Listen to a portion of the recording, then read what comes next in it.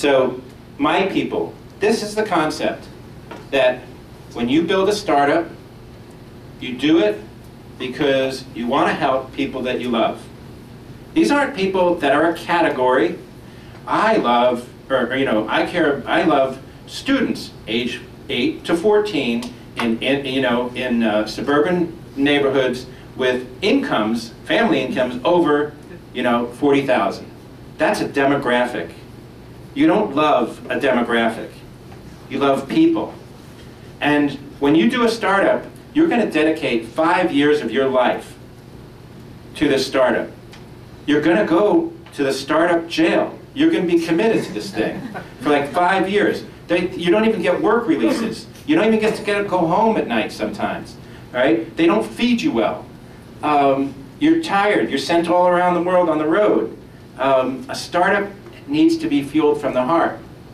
So you better realize who you're doing it for.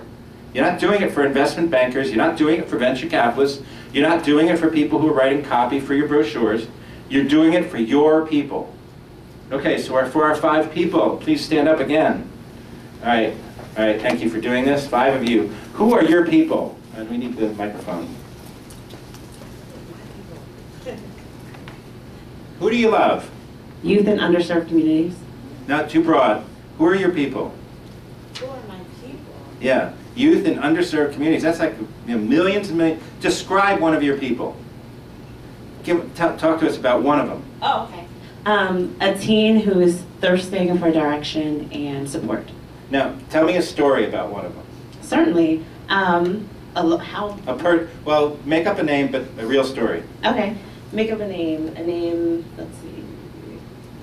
Sean. Right. Okay. So Sean, he was raised in Cambridge in a rough area. His mother sent him to Tennessee to kind of get a new start. He went to Tennessee, got exposed to some things, realized he needed to come back home to get focus and to create a foundation.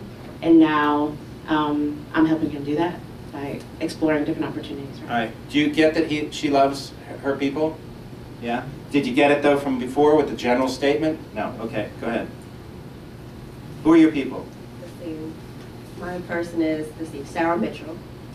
Sarah is a hardworking person, but hates cooking. So, doesn't like to pick up anything, doesn't like to go home and cook dinner. Thinks it's too hard. Sarah, meets Gourmet Diva. She shows her how it can be fun, and it's not that hard as she thinks it is. Cool. Okay. Who are your people? My people are people who are annoyed by computers. Well, that's everybody.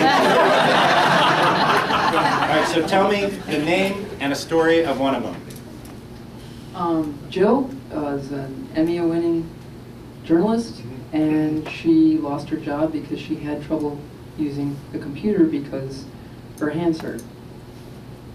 And we gave her back the ability to use the computer using speech. Okay, good. Do you see how much more powerful the story is than a categorical statement, which takes away all the from the heart stuff? Go ahead. My people are the senior management and the board and the company, and it's at a stage in the company. This by way of backdrop. Stage of the company that's got a tremendous amount of energy and a great product concept and ready to move, but needs all the energy channeled in the right direction and kind of harmonize all that energy. And so what's interesting to me living through it right now is having all the people and hearing their fears and their all the emotional things and trying to channel it together. So you fit with what's coming up. Did you start the company? Yes. All right, so I just want you to stand up too. All right, because I want to hear who your people are. I guess my people are physicians who are facing usually generally an elder male patient who has prostate disease. So tell a story.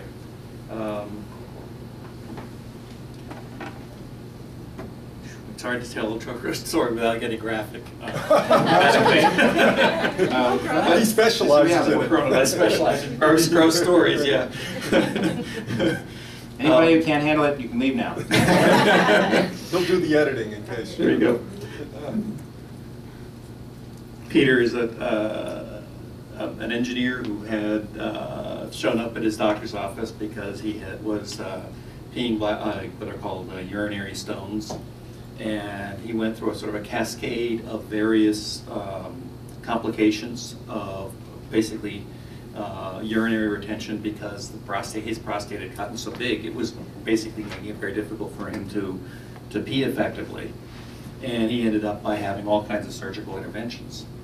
And what we were trying to do was design a product that would allow his doctor, or would have allowed his doctor, to have intervened much earlier and allowed him to have avoided all of that surgery and all those medical interventions by getting on the right drug regimen early. Right. Okay. I get it. That's cool. All right. So, Carla? Skippy graduated from a master's program in philosophy, and when he came back home, he realized that all of the wonderful discourse he had been having at college about philosophical ideas and community issues at his college, there wasn't a forum for that back in the local community anywhere, even though there was a local college. And he wanted to find a way to expand those opportunities to people who otherwise wouldn't have that. Okay, so is that the guy who started this thing? Yes. Okay, gotcha. All right, thanks. Okay, so here's a reality check. I can't finish this in 10 minutes. All right, so we have to decide what we're going to do. What we can do is stop here and we can do questions, or we can keep going, which would take us to about 10:15. But we got to make that decision. Keep going. Keep going. Keep going. All right. What do you say? Yeah. Okay. All right. I thought I could do it in that time, but it's just not really possible. Okay. So you described your people. Now you have an invention that is feeding something to those people, and I believe what it's feeding is intention flow. The energy is coming from intention. You have a way of helping people. You have a way of helping. You come up with an idea of how to help your people because you really care about these people. You love these people, and you want to help them live a better life. And so these orange lines are what I call intention flow. Now they come from intention, which is on the left side there. Those are little eyes. I believe that people have intention in them. Intention is basically just the ability to help other people. You have multiple intentions. You have millions of intentions. I believe you have some unlimited number of them. And I believe that what happens in the world triggers your intentions.